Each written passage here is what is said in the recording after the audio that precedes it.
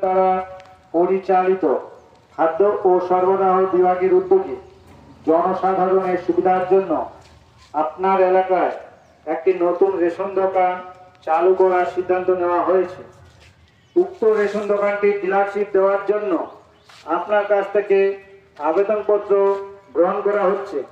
মনে রাখবেন, উক্ত দোকানটির কেন্দ্রস্থল কুলতলি ব্লকের মেরিগঞ্জ 1 গ্রাম পঞ্চায়েতের অন্তর্গত ঘোড়ানিপাড়া জামে মসজিদের নিকটবর্তী হতে হবে, যার মৌজা মেরিগঞ্জ, জেল নম্বর 116। বারাইপুর মহকুমায় বসবাসকারী যে কোনো ব্যক্তি উক্ত রেশন দোকানটির জন্য আবেদন করিতে পারবেন। মনে রাখবেন, এই আবেদন করার শেষ তারিখ 10ই আগস্ট 2024। এই বিষয়ে